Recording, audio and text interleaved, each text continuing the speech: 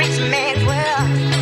I have turned the soul of this. I don't know why, but even though I've done this so many times, my heart still races a little bit every time I start a new podcast episode, especially the solo ones, because I really do feel like I'm just talking directly to you guys, my Faking It fam. So I just want to say thank you for being with me. I know some episodes I by mistake upload the wrong audio or I do silly mistakes, but just so you know, this is me doing everything. This podcast is about me talking about everything and anything with you all. So thank you for being amazing people. And thank you for being a part of my Faking It fam and joining me along this incredible journey.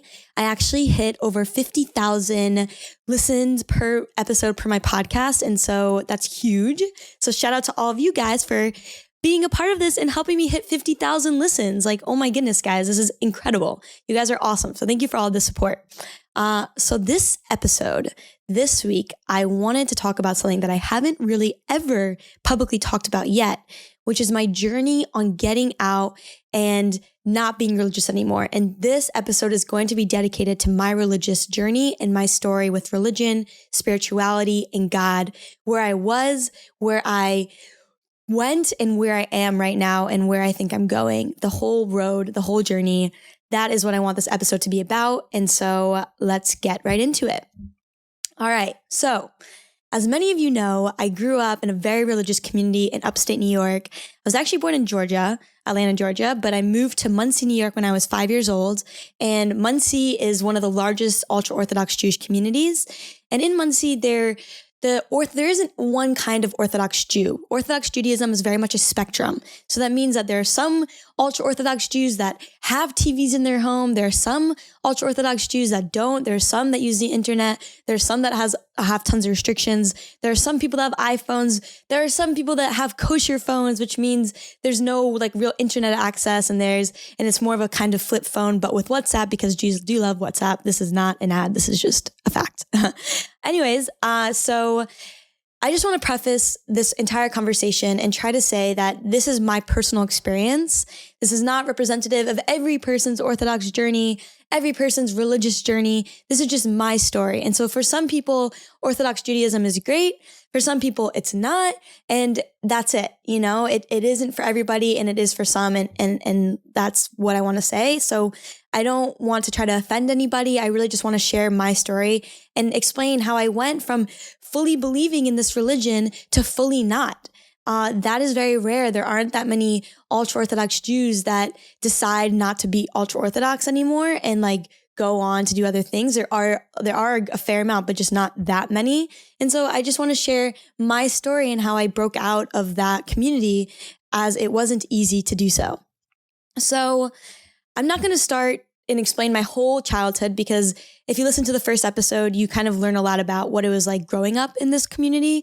But just to give a general gist of it, the community I grew up in, the ultra-Orthodox community I grew up in, was very cut off from the outside world. It was very much insular. So I didn't have any friends that were outside of like Judaism, or I didn't have any Christian friends or people from other parts of the world. It was really genuinely just people within my community. And I started being a part of the ultra-Orthodox Jewish community with my family. And then throughout time, we kind of became more modern Orthodox. So by the time I was 15, I went to modern Orthodox high school. And some of the girls in that school wore pants. Some of them were a little less religious than what I grew up in. And so I just want to clarify that too, that with time, I kind of was exposed to a new kind of Judaism, which is modern Orthodoxy. So like when I was growing up, I wasn't allowed to play sports until I switched to Mayanot when I was 15. And then I started playing sports there, which is really great. But growing up, I wasn't allowed to wear pants. I had to cover my collarbones, my elbows, everything like that. And I believed in God. I grew up in a community where everyone believed in God. My parents believed in God. Everyone that I knew, just everyone that I looked up to, my teachers, my friends, my parents' friends, my whole community believed in religion. So I grew up in a very spiritual and religious environment. So I just want to preface with that. So this is where I'm coming from, a very spiritual and religious environment. My mother plays a very large role in my religious journey. So when I was 13 years old, at this point, I'm at Ataras Beis Yaakov. That's a more Orthodox Jewish high school. And so I'm at this school, and my mom stops being religious. My mom starts her shoe company. If you want to hear more about her journey from leaving ultra-orthodoxy and becoming the CEO of a giant modeling company, then you should read her book, Brazen. It goes into all the details of that, and it's a really, really incredible and inspiring story, so I definitely recommend it. But pretty much, I was in this environment, this ultra-orthodox environment, and my mother exposed me now to a new way of life because I remember all of a sudden, she just started wearing pants in the house, All of a sudden, one time I remember I was at my note at this point, I was 15 years old, and my mom called me. I knew she was in Paris at the time, and it was already Friday night for her. For me, it was Friday afternoon. And so with the time difference, I knew that for her, Shabbos had already started. Shabbos has already started, and I remember she called me, and after I spoke to her, I said, "Oh, Ima, isn't it Shabbos for you right now? How are you on the phone? Because in Orthodox Judaism, you're not allowed to use electricity on Friday nights or Saturday days." And she said, "Oh, I just wanted to return your call because I thought maybe it might have been an emergency." And in my head, I was like, oh my goodness, my mother is not keeping Shabbat. Afterwards, we hung up. When I said, "I love you," she said, "I love you." I started crying in my room because my mother no longer kept Shabbat. And to me, that was terrible. It was terrible to know that my own mother was no longer Shomer Shabbos, a follower and observer of Shabbos. And I was scared. I was like, this is the right way of life. How can my mother not be a part of it? How can my mother not do that? And I was crying, and I remember my friends were comforting me and rubbing my back. I was crying because my mother was no longer a part of this religion anymore. And that made me terribly sad. It made me terribly anxious and sad. And so that's kind of just to give you the idea that I believed in this religion. I thought that it was the right thing to do to keep Shabbat. I thought that God existed. I thought that Judaism was the religion to follow. I really believed in everything. And when I was modern Orthodox, when I was 15 years old, it was a lot more manageable than when I was Orthodox. I was modern Orthodox. Yes, men were still considered better than women. But at this point, at least I was able to play sports. At this point, at least I was able to wear baggy pants, and so it was slightly better. It was a slightly better version, definitely a more manageable one. And so I wasn't as pissed off at the religion at that point because I wasn't as restricted. Women weren't that encouraged to could pursue a career, but they were still encouraged to go to university at that point or go get a degree of some sort. And so when I was modern Orthodox from 15 years old to 16 years old, definitely was more content with the religion than when I was a child and more upset and questioning everything and why can I do this and why can I do that, etc. So knowing this, since I was more content when I was 15, how did I go from being kind of content with the religion, still a little pissed off here and there? I remember my friends saying men are better than women. I remember, some problematic stuff. But even so, how did I go from that to then not being religious at all and exploring atheism, being agnostic, exploring meaning and purpose outside of religion, exploring what it means to be a moral human being outside of the rules of the Torah, outside of a biblical text and guide, outside of halacha, the Jewish law? So this is how it happened. When I was 16 years old, my mother at this point has now been out of the community for 3 years. And she started off her shoe company. She sold her shoe company. And at this point, when I was 16, she was creative director of La Perla, the largest luxury lingerie brand internationally. Incredible. She's an incredible woman. And I'm so freaking proud of my mama. I love you, Ima. And so when I was 16 years old, it was a tradition in my family that the tradition is really just my sister, because I only have one older sister. Love you, Shalom.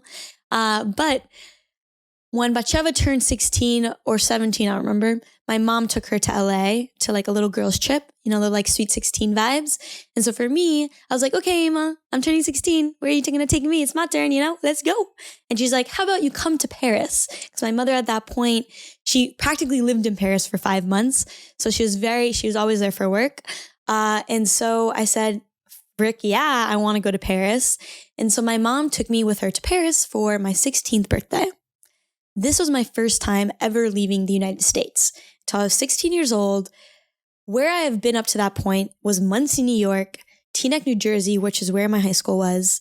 I grew up in Atlanta, and Florida in North Miami Beach, NMB, which is a very Orthodox community as well. So I really only, in terms of what I've seen in the world, in terms of where I've been, has always been these little hubs of Orthodox Jewish people. I have not really been outside of that. I've gone to the city a couple of times, but more as an observer, not as a participant in these spaces. I didn't really talk to the non-Jewish people. I didn't really have friends with these people. I was mostly interacting only with people within my own community up until this point. I remember being super excited, going to Paris for the first time, making sure my passport's all set, flying there, meeting my mom. I go to Paris with her, and I'm very religious at this point. At this point, I'm modern Orthodox. So I was wearing pants, but I was still keeping Shabbat. I was still fully keeping kosher, only eating at kosher restaurants that were certified kosher. If you ever see on anything that you like eat for now, I challenge you to go check. There's something called a hechsher. Hechsher is an O, and inside the circle is a U. That stands for Orthodox Union. And if any, like it's on your Kit Kat bar, on your bag of chips, it's probably going to have that. On your water bottle, your Poland Spring water bottle, it's going to have that. And that pretty much just means that this is kosher, this is certified kosher. There's a mashgiach, a person who makes sure that in the factory, there's no funny business going on, that what you eat is strictly kosher. And so at that point, I only kept that. So I wouldn't eat at a vegetarian restaurant out. And I even personally wouldn't eat at a vegan restaurant out just in case they might mess something up. And so I only ate at certified kosher restaurants. So that was my level of kosherness at that point. So I go with my mom to Paris, and we're exploring Paris. I'm staying with her in this amazing hotel. I'm going out to restaurants with her, but I'm not really eating any of the food that we're going to because I'm keeping kosher. So I remember one of the first restaurants we go to, which is this really nice restaurant. She orders this risotto or this pasta with mini noodles, something like that. And she's making these moaning noises like, my goodness, this pasta is amazing. Yum, yum, yum. And I'm sitting there. I buy a baguette from a kosher supermarket nearby. And that's what I'm eating, this bread. I bring with me a lot of common Orthodox Jews probably know about this, where they bring with them tuna fish, beef jerky, all these like to-go foods that are kosher that they fill themselves up when they travel, because it's so hard to find kosher food, certified kosher food when you're traveling. And so I'm just eating this baguette, just literally raw bread, when my mom is just moaning and eating all these delicious foods. The first realization I had while this was happening was I remember where I was sitting. She was looking at me. I was facing her, and behind her was a window, and it was a big window, and behind her are just tons of people walking. This may not seem like a big deal. I'm sure many times you've been to a restaurant and you looked out the window and you saw people walking. But for me, as a 16-year-old, and for the first almost 16-year-old or 16-year-old, looking outside, seeing people walking, I had this moment where I thought about saundering. I saundered. If anybody knows what the word saunder means, it means to look at somebody and acknowledge that just like you, they have their own lived lives. They have their own problems, their own turmoils, their own loved ones, their own lived experiences, their own past, their own present, their own anxieties of the future. To saunder is to acknowledge all of these things about other people. That's what really makes us human, when we realize that other people go through the same things that we go through every single day. They wake up in the morning and they feel tired and they get out of bed and they go to work, and all of that is to saunder. And so I looked out the window and I saundered at all these Parisians, all these people from Paris, and I've never even thought about them before. This was my first time in my life ever thinking about people in this way. And I realized that, whoa, my community, Muncie, New York, isn't as big as I thought it was. Here I am, 3,000, 4,000, 5,000 miles away from Muncie, sitting in this cafe and seeing these people that I would have never thought about, just walking through the streets and being human, not knowing that I exist, maybe not knowing that my community ever existed, just living their lives. And I thought about that. And in that moment, I realized that my community isn't as big as I thought it was. In fact, it feels extremely small. This was my first thought in terms of pushing me to question my religion. At that point, I did not question it. Throughout my entire childhood, I challenged my religion because I wanted to understand it more, but I never questioned my religion. And these are two very different things, challenging versus questioning. I challenged it. I want to understand why. Why as a woman am I not allowed to wear pants? Why as a woman am I not allowed to read the Talmud? Why are we considered the ones who are supposed to stay home and take care of our husband? Why? I want to know why. I love God. I love this religion and I want to understand it more. And this doesn't make sense to me. That's how I felt growing up. I was challenging it. I wanted to understand it more. I wanted to learn more. But what I was doing when I was in Paris, I was opening up my mind to questioning the religion. Is this the right thing to be doing? Is this the right God to be following? Are these the right rules to be listening to and to be adhering to? So I have never questioned it yet. And this was the first moment that pushed me to question my religion. So that was one experience that I had. All right. The next experience. So this is all part of the story of how I broke out. So these are very pivotal moments in my life, truly. And even to this day, I say that Paris is really a special place to me because it has transformed my life. Being in Paris has allowed me to question my religion and live my life in a way that allows me to be myself more, which is pretty freaking awesome. So pivotal moment number 2. I'm at another restaurant. I'm with my mom. And this is towards the end of the trip too. So now I've been in Paris for some time. And we go to a raclette restaurant. I'm not sure if you've ever been to a raclette restaurant, but raclette is this incredible, delicious food experience. It's very popular in Switzerland, in the Alps, by ski resorts, where you sit at a table and in the center of the table is a burning flame. On top of that flame is a pot, and you put this delicious Goyard cheese, I think it's Goyard, in the center, and you melt it, and then you are able to spoon it out and pour it on top of bread and ham and potatoes and really whatever you want to pour this cheese on. You pour it on that and then you eat it. So my mom takes me to a raclette restaurant, knowing that I will not be eating this food because to me, it is not kosher. I can't eat from a pot that isn't kosher. And so I'm once again eating baguette, eating raw bread that is kind of at this point stale probably because I probably bought a lot in the beginning. So I'm just munching on this bread. And once again, my mom is making these moaning noises. Oh, Miriam, yum, this tastes amazing. If you ever go out to eat with my mom, she loves to make food noises. She thinks food is orgasmically good. And so she's very expressive with that too. It's kind of funny. And so my mom is just enjoying the food. And here I am at this point annoyed because she's taken me to teppanyaki. She's taken me to pasta places. She now took me to raclette. And at all these places, all I'm eating is bread. Ima, what the heck? I can't even eat this food. Why are we going here? But she wants to eat them, so that's why. And she wants to also show me how fun food experiences can be, which she did very well too. So we're at raclette. My mom is moaning over this food. And what is she eating that is so important and pivotal to this story too is she is eating cheese, melted cheese with pork, with ham together. She's biting into that. In the Torah, it specifically says that you cannot eat milk and meat together. You cannot eat cheese, dairy with meat, cheese and meat. And also it says in the Torah that you can't eat pork. So here I am with my mother she's eating pork, which is a big no-no in the Torah. She's eating milk and meat together, which is also a directly big no-no. It's a midah d'oraita. It's a midah from God. It's a rule from God that you can't do these things.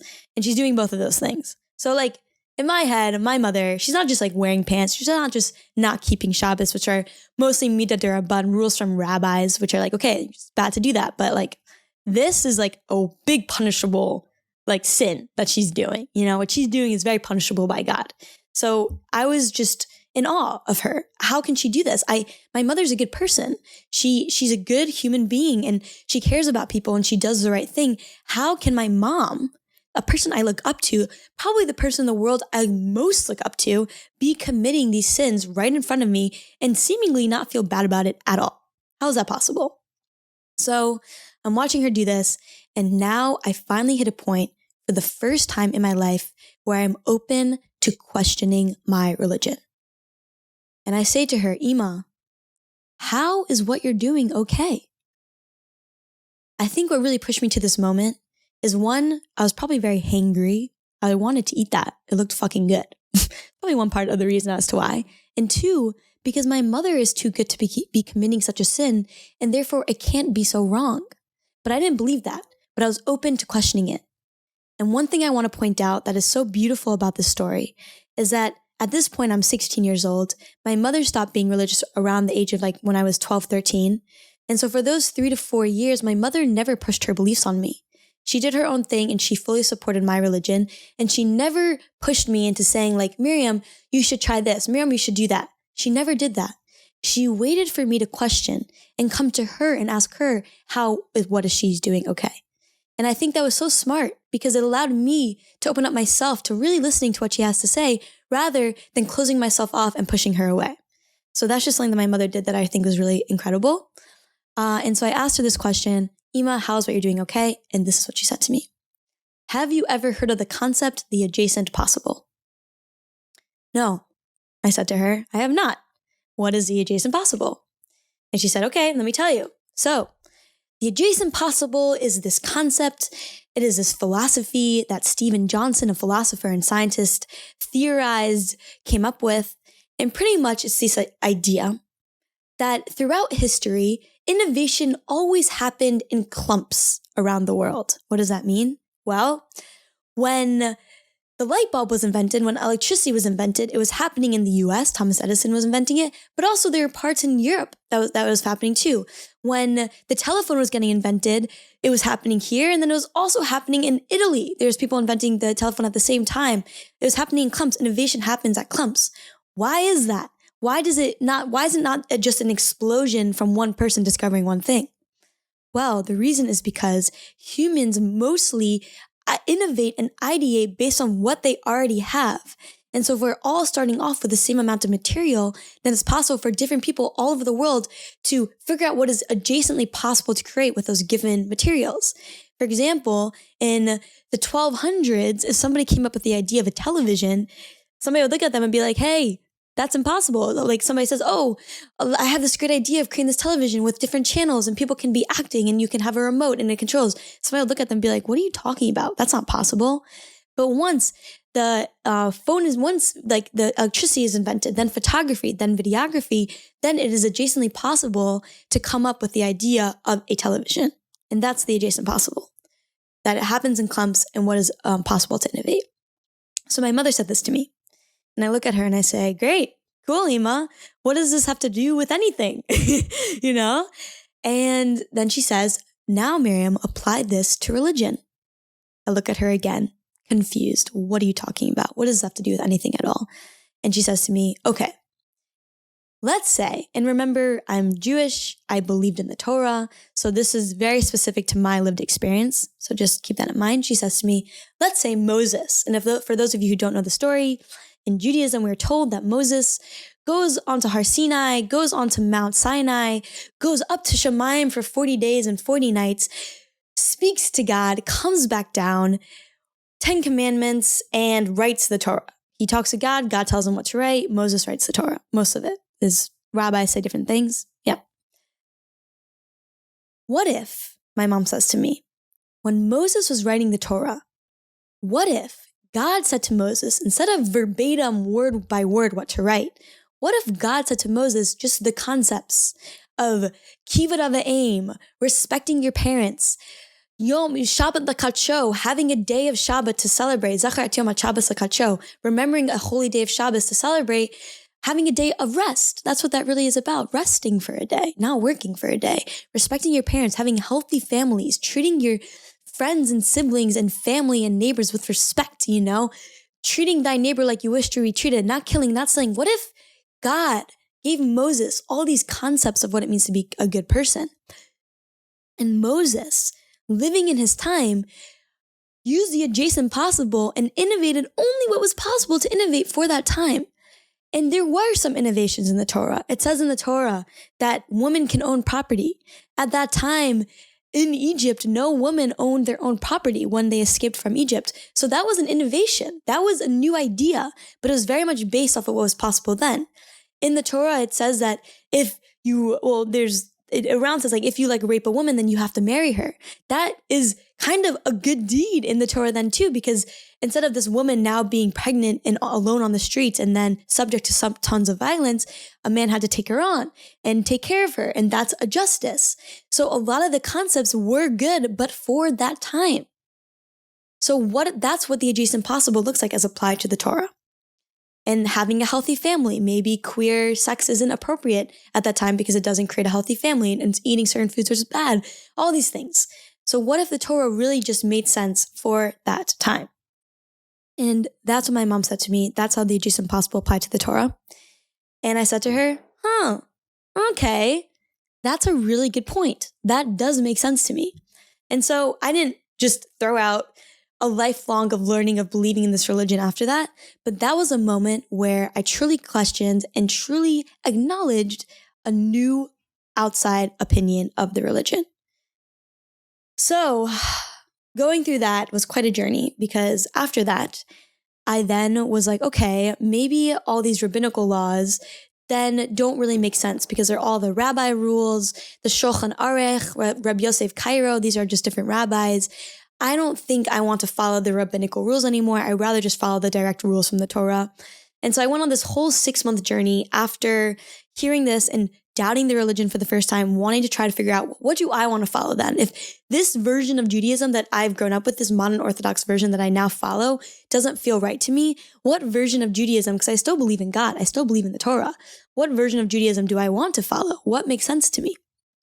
And so I went on the 6-month journey of questioning the religion and my own values. And I ended up rereading the entire Torah by myself, taking notes on things, going to my teachers at Ma'ayanot, asking them questions. Is there any list? I literally remember I asked my Chumash teacher, Chumash means biblical teacher.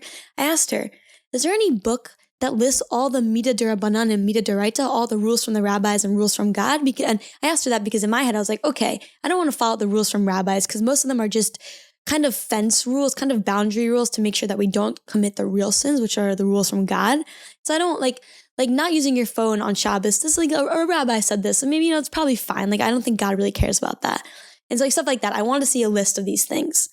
And so I asked my teacher that. I remember she's like, well, Miriam, like that list doesn't really exist. There's hundreds of books and texts and things that add up together to create all the rules that we follow. It's going to be very difficult to find a book that doesn't really exist. And so it was quite a challenge for me. And I was like, okay, so if I can't find all the rabbinical rules, let me figure out what all the rabbi rules are.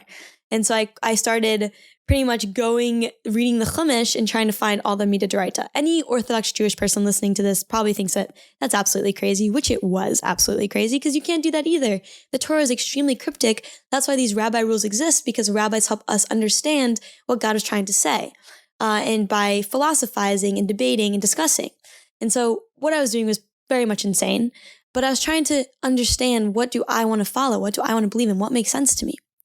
And so I remember the first time I broke Shabbat was when this boy texted me. He said, hey, do you keep Shabbos? And it was like right before Shabbat. And I texted him on Shabbos, no. So a boy definitely pushed me not to keep Shabbos anymore, which is kind of funny. And I still remember this boy. I still actually think about him sometimes because he was the first person I ever really had a crush on. But now he's living in Israel. He struggled with religion. I don't know what he's up to these days, but I do think about him sometimes. So that was pretty much the journey with me trying to figure out my own identity, and then realizing slowly but surely that none of this is making sense to me. None of this is making sense. And so as I'm going through this, I'm starting slowly but surely to not keep kosher. I remember the first time I ate at a not kosher restaurant, it was a pancake restaurant in New York City with a friend of mine who at Ma'ayanot also ate dairy out. So she would only eat dairy at not kosher restaurants. And so we were at a pancake spot place and it wasn't kosher. And I remember eating there and just like feeling like the biggest rebel in the world. Like I'm committing, like I'm such a rebel. I'm like, hey, oh my goodness, I'm walking to this not kosher restaurant. I'm talking to these non-Jewish people and I'm eating this pancake. Like, this is insane. Like, literally just thinking like how crazy this is. Never eaten at a restaurant that wasn't owned by a Jewish person before. So I felt very much a part of the outside world in a way that I've never felt before. That's the thing also about growing up in these religions. You feel, well, for me personally, I felt like an outsider. Wearing skirts, dressing differently, you don't feel like you're really a part of the outside world. You feel separated by your clothing, by where you eat, by what you learn, by your views on the world. And so here I was, assimilated, eating at a restaurant with non-Jewish people. Imagine all of the restaurants I could be eating at. It doesn't matter. I no longer have to think about, is it kosher or not? I don't have to think about, Did I eat meat and do I have to wait 6 hours? I don't have to think about any about that. I can go and walk into any restaurant. What a freedom. Cool. And so it was very exciting for me. The pancakes were freaking fire too. And so, so that was my first time eating a kosher restaurant. And so it was a very gradual experience for me. I stopped keeping Shabbat. I started eating dairy out. I became friends with a non-religious person. It was very slow. I started talking to boys more. It's a very slow trajectory for me on like breaking out of this and questioning. And also while I'm doing all of this, I'm not really talking to anybody about it except my mom, because my best friend at the time, super religious. My friends at my note, also mostly all very religious. I started becoming closer friends with the two girls in my note that were like quasi-orthodox, quasi-religious. They like did some things that weren't religious. And so I actually latched onto them during these times because I felt like I can be myself around them and question my religion around them and not feel judged. And so during this time, I'm questioning, I'm going through this process. I remember that school became much harder for me because now I'm studying all these religious studies, but I don't even I'm starting to believe in it less and less. And so it doesn't feel like as relevant as it used to me anymore. And so school becomes harder. My friends' relationships become harder because now I feel uncomfortable talking to my good friends about what I'm going through. And that puts a divide between me and them. And so life is just getting a little difficult at this point. And eventually, after about 4 months, 5 months, I hit this point where I decide that none of this makes sense to me anymore.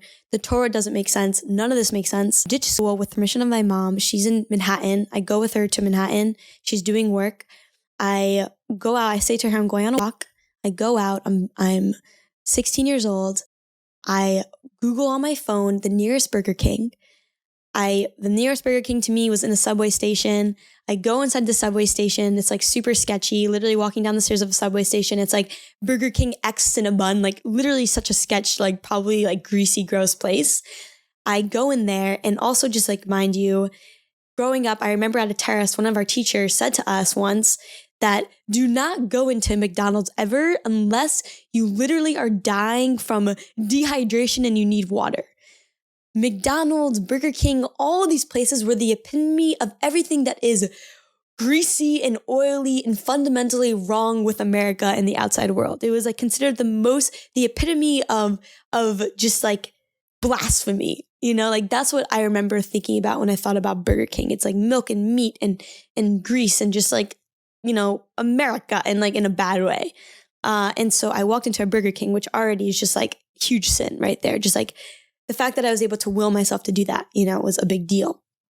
I go up to the cashier and I say, and it's my first time ever in a Burger King or a fast food restaurant, I'm 16 years old. And I say to the person, I would like to order a cheeseburger. You want mayo on that? You want lettuce, tomato with the works? Nope. Just cheese and just a burger, please. And some fries. That's what I order. I order that. I get it. Like not even a minute later, I'm like, whoa, this is cool. This is how fast food restaurants work. This is awesome. I sit down. I take a photo of this cheeseburger. That photo's probably still on my phone somewhere. I'd love to find it. Take a photo of this cheeseburger. I look at it. I'm like staring at it for probably like 2, 3, 4 minutes. And then finally, I pick it up. I take one bite. I don't remember the flavor. I don't remember the taste. I don't remember saying, yum. It wasn't about that at all. By me eating cheese and meat together, by me eating food from a not kosher restaurant, eating meat, eating like pork or whatever this beef was, barely beef, Burger King, I was breaking every single rule that I've ever been told is absolutely wrong. I was breaking them all. I took one bite. I ate one fry. The fry tastes pretty good. I ate another fry. I threw it out and I walked away. And that was my fuck it moment. That is when I decided to stop believing in the religion completely. All right. Woo! Need to take a little breather now because that's a huge fucking deal.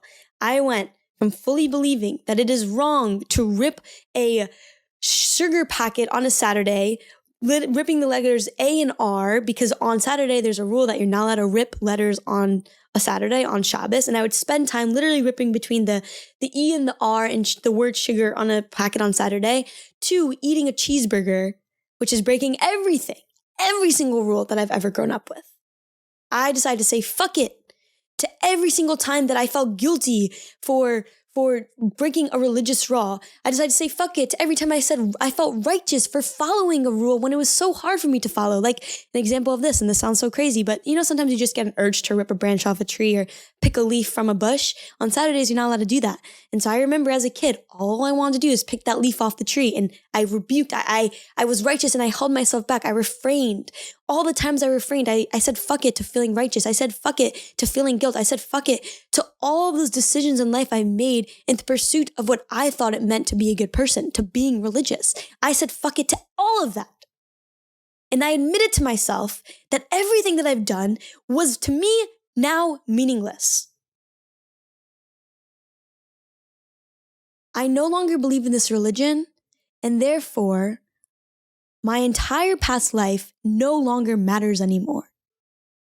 All of those decisions I made does not make me a better person at all. It doesn't matter. This religion to me no longer matters. And so I allowed myself to do that.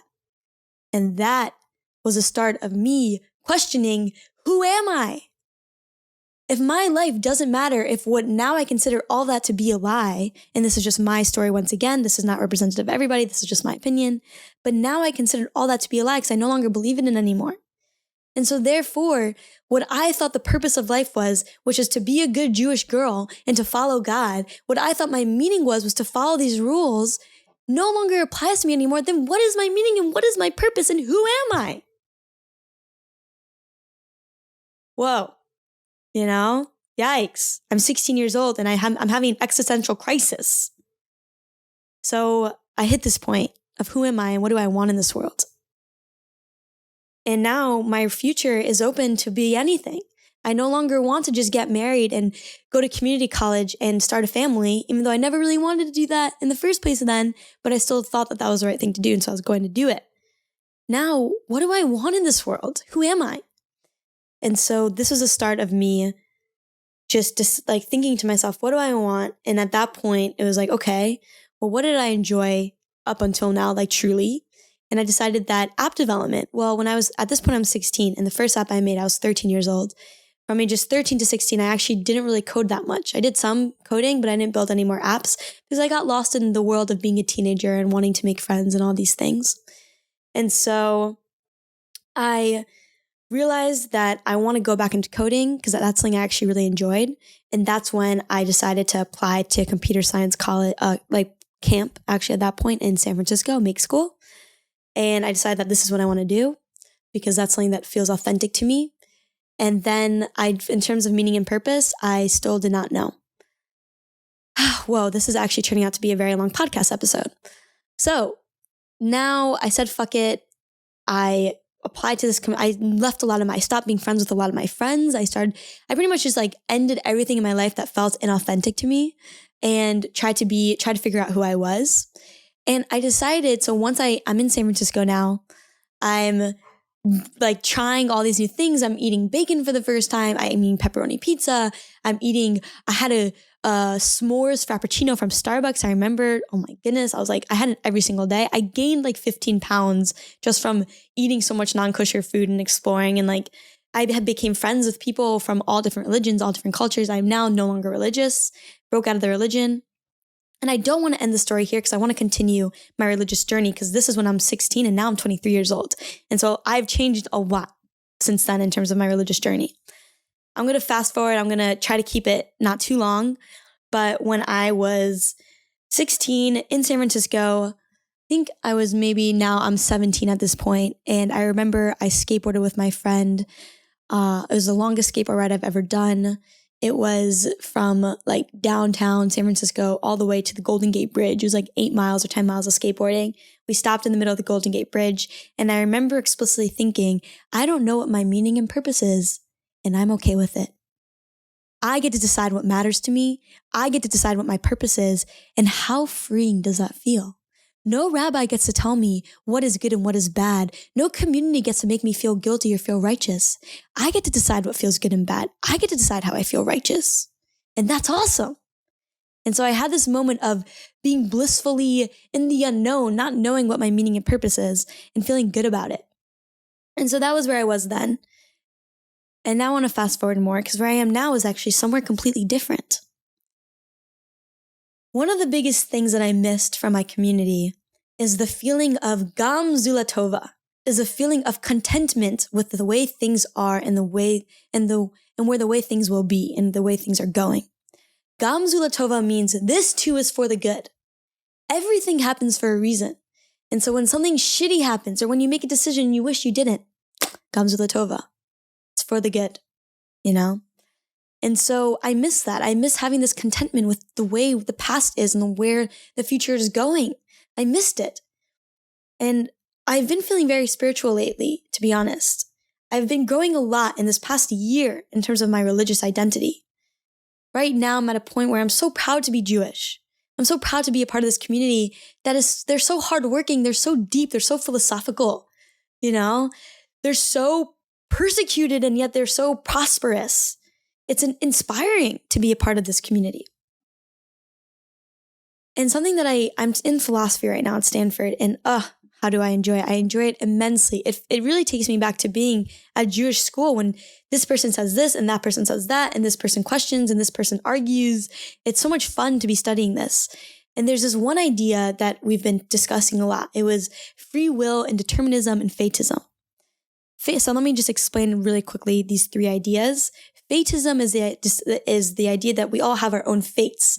That's more a religious view that God decides, what will happen, where we're going. It's all up to fate, what our future holds. Destiny exists, what our destiny is. That's fatism. And so for me, I can't believe in that because I'm agnostic right now. I don't know what I believe in. And so I don't necessarily believe in that because I don't necessarily believe in God. And then there's determinism. And determinism is different from fatism, and not many people know this, but determinism is the atheist version of fatism, which I've never learned about this until this quarter, which is so cool. And from Van Inwagen, which is a contemporary philosopher, Peter Van Inwagen, he's still alive. He says that determinism is pretty much the idea that physics exists. If you throw something at a certain force and it weighs a certain mass, it will always fall in the same way based on the winds and based on everything. It is predetermined. That's determinism. Physics is created, nature exists such that it is predictable. That if I write on a paper, the pen will go into the ink and everything, if I squeeze my fist based on it's all predetermined. If I jump using a certain amount of force, I'll go X amount high. It can all be using math and physics. It's all predetermined. And therefore, everything, if you apply that to our biology, it is deterministic in the sense that based on my life experiences, based on the physics of the world, and based on my biology, all my decisions are technically made already based on physics. So for example, if let's say I'm parking my car, because of my biology and the way I'm set up, it was already pre-decided that I was going to go to the farthest point to see how close I can get to my dorm. And then if there's no spots, I was going to go back and take the one that was farther away from my dorm room. It was already predetermined that I was going to do that because it's really my biology and physics making these calculations that can technically be pre-made. Nothing's like coming up on the spot. It's all technically predictable. It's just the mathematical equation is immense, but it's technically predictable. So that's determinism. Everything is predetermined. And therefore, then Ingwagen's argument is that free will doesn't exist because even if it's a decision between like 49.999% and 50.0001%, it's still 50.01%. You can technically figure that out using math. And so that's like determinism. And knowing that for me, I actually really like that idea because that means that is Gam Zula Tova. That is this too for the good. Everything is basically predetermined for me through determinism. And that idea actually gives me a lot of groundedness that I was always going to make this decision through the more atheist view of determinism where my biology and the way things are in the world and physics was always going to push me in that direction. So it's kind of a way of just feeling like, this all happens for a reason. And so that's like my new philosophy on Gam Zula Tova is determinism. And this is just me. This is how I feel about that. And so that's where I'm at, with that idea. In terms of religion, my religion in life is to be a good person because I decided that I technically don't feel like anything truly matters. I don't know if there's an afterworld. I don't know if being good actually means anything in the spiritual sense. But my philosophy right now on life is that I'm going to try to be a good person because why not? I know what it's like to feel good and to be treated with kindness. So why not help other people feel good and treat them with kindness too? So that's kind of how I feel about just being a good person. And what it means to be a good person, I think about that all the time. What does it mean to be a good person? To me, that means that if, let's say, I drop a napkin on the floor, as much as I want to walk away and not bend down and pick it up, I say to myself, no, Miriam, be a good person. That's your philosophy. Bend down, bend your legs, pick that napkin up and throw it out, girl. When nobody's looking, that's my philosophy, is just to do stuff like that. And so, yeah, another philosophy that I've been thinking about recently is on love and happiness. And something that religion provides is this contentedness with your purpose and meaning in life, where you know why you're here, you know what you have to do, and that feels good. I don't know why I'm here, and I don't know what I have to do because I don't believe in any of it, but I know what makes me feel good. And what makes me feel good is feeling love in my life. And a lot of the times we say to each other, I wish happiness upon you. I wish that you live a fulfilling and happy life. I wish that you live a good life. I want to be happy. I want to strive for happiness. I want to feel happy. Happiness and how to be happy. There are podcasts dedicated to that. There's research dedicated to that. There are data studies on which country is the happiest country. But I realized that maybe life isn't about pursuing happiness, because something that gives us so happiness is love. And for example, my grandparents have been married for over 65 years. And my grandfather right now is dying. And yet, he said to me on his deathbed, he said, Miriam, I have been in love with your grandmother before we got married, and I am still in love with her today. I am happy. I've had a good life. This is what my grandfather said to me on his deathbed this past week. Okay? Love, that kind of bond that he shared with his wife has brought him so much joy, but also so much pain. My grandmother is watching her true love die before her. I can't imagine how much that hurts. What I can imagine is how strong that bond is that they share with each other. And that is so beautiful. And that is what life is about. Love. And love brings us joy and happiness. And love brings us pain and suffering. It comes together. And so maybe life isn't about pursuing happiness. Maybe life is about pursuing love. Because what I know is that whenever I am amongst my family, whenever I am feeling love, giving love, having love, making love, that is when I feel the most content with life. That is when I feel the best. And that comes with the suffering, and that comes with the pain, and that comes with the pleasure, and that comes with the ecstasy of life. And so my new philosophy right now is to try to live a life full of love. That's what I want to do. It's not technically about being happiness, because being happy is an addendum to love. It comes with it. It's part of the package. But that also just means that this is something I can control. Happiness, is something that is out of our control for them a lot of the times. If car accidents happen, cancer happens, crazy things happen. There's so many variables in the world. We can't predict people's happiness, but we can control who we love and how we love. We can't control that. That's in our control. And so my philosophy, trying to live a life full of love, means that every day I will exercise this muscle of love. Every day I will practice love. I will live with love. I will, try to feel love as much as I can and be grateful. And that to me feels great to live this philosophy. I feel content with that. And so that's where I'm at right now. I think determinism is great in terms of explaining why things happen and feeling contentness with that. And then I want to live a life full of love because that makes me feel the most fulfilled right now too. So that's where I'm at. There's still a lot of questions I have in terms of, why do I love studying things? Why do I want to know stuff? Why does that matter? I don't have an answer for you. I'm still figuring that out. There's an answer in Judaism to try to understand the world and try to find answers in things, and a lot of religions have those answers. I don't have that answer yet, and it's okay. All I know is that understanding and learning makes me happy as a person. I like having conversations. I like questioning. I'm curious. I'm a curious person. It's not really a part of my spiritual journey yet, but maybe I'll find a reason for it, and maybe I won't.